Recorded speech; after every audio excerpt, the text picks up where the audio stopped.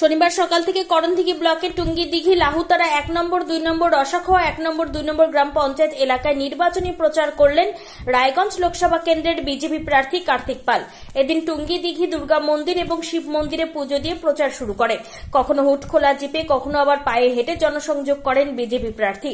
BJP প্রার্থীর দাবি, দেশের প্রধানমন্ত্রী নরেন্দ্র মোদীকে দেখে রায়গঞ্জ লোকসভা কেন্দ্রে মানুষ ভোট দিয়ে তাকে জয়ী করবেন। এদিন প্রচারে পা মেলান ওবিসি মোর্চার জেলা সভাপতি অমিত সাহা সহ বিজেপির একাধিক নেতাকর্মী।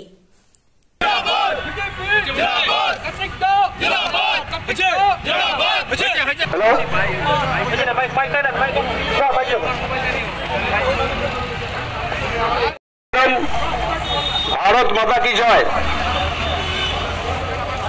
আপনারা সবাই জানেন আগামী 26শে এপ্রিল ভারতবর্ষের লোকসভা নির্বাচন।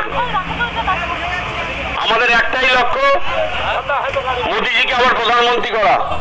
সেই লক্ষ্যে আজকে আমরা করণদিঘি বিধানসভায় করণদিঘি শিব মন্দির, মা দুর্গার মন্দির, মা কালী মন্দিরে পুজো দিয়ে পথ চলতি মানুষ যারা রয়েছেন, আমি তাদেরকে একটাই অনুরোধ করব, এখানে আপনারা প্রার্থী আমি নই, এখানে আপনারা যারা এসছেন সবাই আমাদের রায়গঞ্জ লোকসভার প্রার্থী এবং আমরা প্রতিটা বাড়িতে প্রতিটা বুথে গিয়ে মোদীজির ভোট চাইব।